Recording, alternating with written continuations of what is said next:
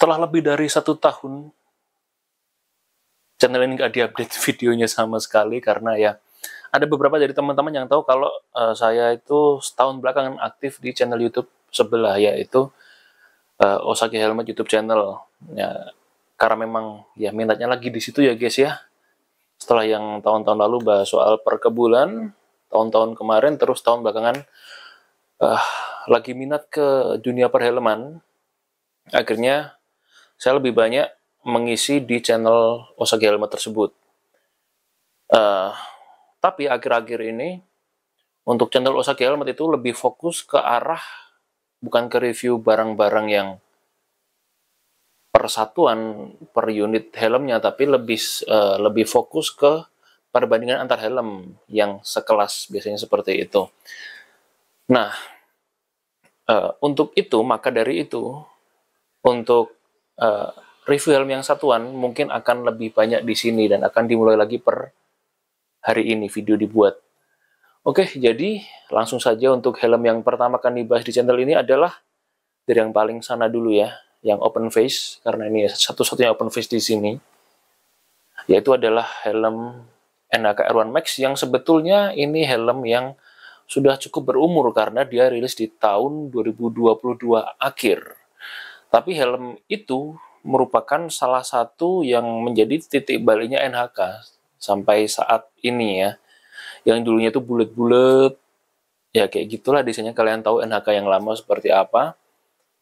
Nah ini dia titik baliknya setelah S1GP Pro yang price point-nya lebih tinggi daripada si R1 Max yang sekarang akhirnya melahirkan generasi yang terbarunya dengan harga yang istilahnya affordable, terjangkau. Nah ini salah satu pelopornya helm ganteng dari NHK yang harganya terjangkau.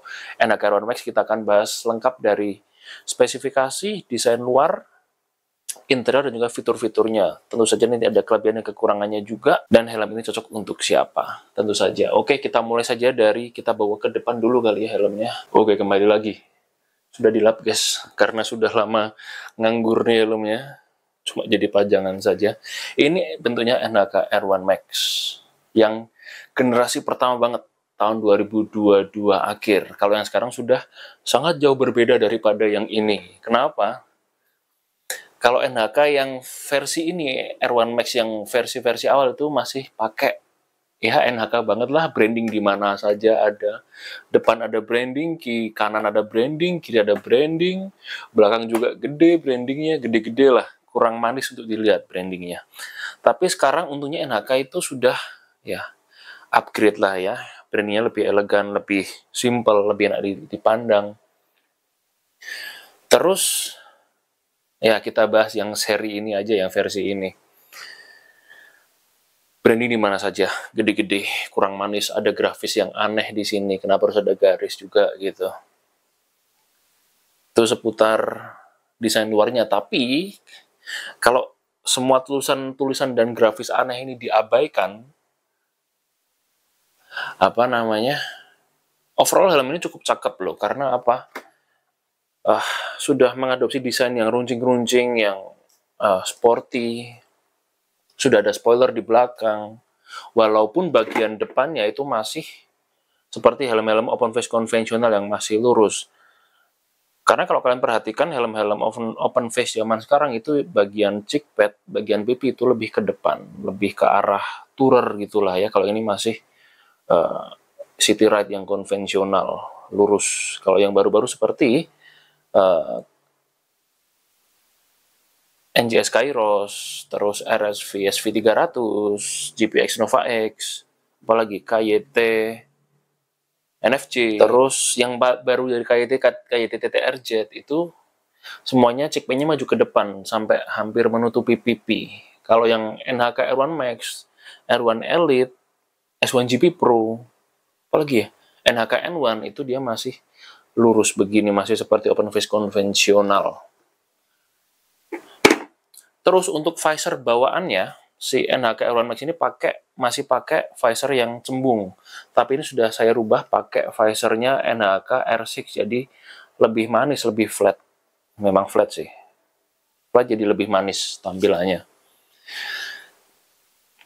Spoilernya cukup, gimana ya, dibilang cukup pas sih. Nggak kepanjangan, nggak terlalu pendek. Jadi manis aja gitu spoilernya.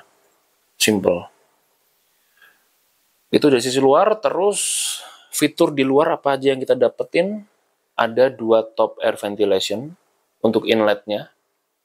Dengan mekanisme dipencet seperti ini akan terbuka. Dipencet ke depan untuk tertutup.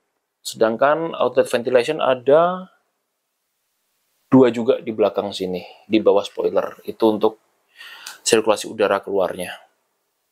Terus di sini untuk versi Air One Max itu ada tuas sun visor. Ya, jadi ada sun visor di dalam sini. Kalau untuk versi yang Air One Elite itu nggak ada.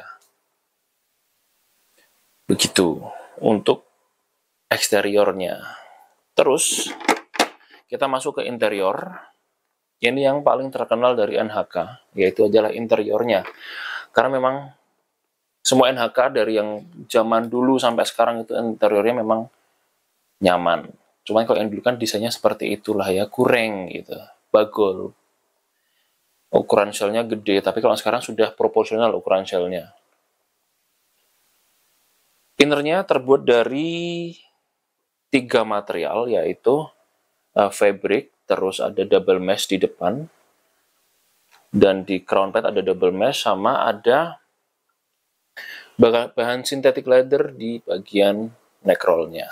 Jadi menambah kesan mewah dan fungsional, karena itu tadi leather itu ada kesan mewahnya, terus mesh ini untuk aliran udara yang lebih baik, sama fabric itu untuk kenyamanannya. Lembut banget. Terus ngomongin soal helm di tahun 2024 ini, kalau nggak ada fiturnya aneh ya, karena semua helm itu sudah menyematkan banyak sekali fitur daripada tahun-tahun yang dulu, kayak di Kyoto, di Maru, dan lain-lain, itu fiturnya sudah out of date. Kalau yang helm-helm dari tahun 2022, 2021 lah, itu sudah banyak fitur-fitur seperti intercom ready, terus wearable glasses. NHK Air One Max itu sudah punya semua fitur tersebut. Kalian bisa pasang speaker intercom, kalian bisa pasang kalian bisa pasang speaker intercom dengan nyaman, jadi nggak mengganjel di kuping. Terus bagi pengguna kacamata itu juga tetap oke, karena busa di sini sangat suportif sekali untuk pengguna kacamata. Itu aja sih sebetulnya. Untuk berat helm ini dulu pernah saya timbang itu sekitar 1,4 sampai 1,5 kilo di antara itu. Jadi tidak bisa dibilang ringan, tapi helm itu nggak dipegang kan ya, dipakai di kepala. Untungnya distribusi berat dari helm ini itu sangat bagus. Jadi ketika dipakai dengan catatan fitment yang pas, ukuran yang pas, itu akan sangat nyaman. Begitu. Terus, oh ya, ada satu yang ketinggalan guys. Sistem penguncian helm ini masih menggunakan micromatic retention system seperti ini, atau microlock lah.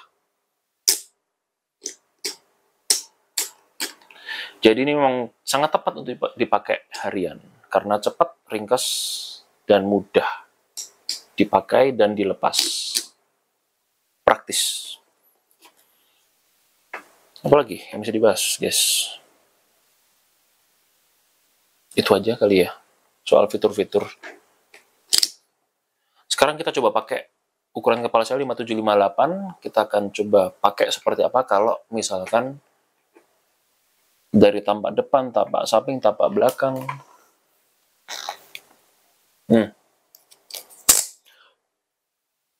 Lembut.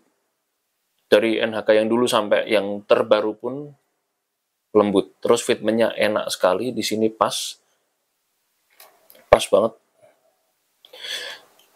Untuk pakai kacamata juga cepat, gampang, pasti langsung fit. Dari samping seperti ini. Dari belakang nggak kelihatan karena ketutupan kursi guys ya. Udahlah ya. Untuk panjang visornya sendiri kurang lebih sama kok sama yang ini. Jadi sudah bisa menutupi dagu.